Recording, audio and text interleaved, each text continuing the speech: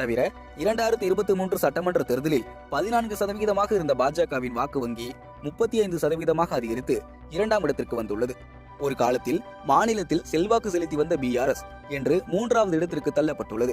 இதே வழிமுறையை பின்பற்றி தமிழ்நாட்டில் அதிமுகவை பின்னுக்கு தள்ளி 2வது இடத்தை பிடிக்க வேண்டும் என்கிற அசைன்மெண்ட் அண்ணாமலைக்கு கொடுக்கப்பட்டுள்ளது.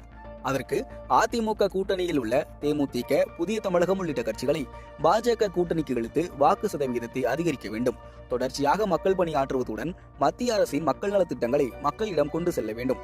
தெலங்கானாவில் பாஜகவினர் எப்படி செயல்பட்டு கட்சியை முன்னேற்றினர் என்பதை முழுமையாக அறிந்து அதை தமிழகத்திலும் செயல்படுத்த வேண்டும் என கூறியதாகவும் தகவல் வெளியாகியுள்ளது. ஆனால் 2019 தேர்தலின் போதே பாஜக தனித்து போட்டியிட்டு 4 இடங்களில் வெற்றி பெற்றது. 2023 தேர்தலில் வாக்குகள் 4% குறைந்தாலும் 8 இடங்களில் பாஜக வெற்றி பெற்றது.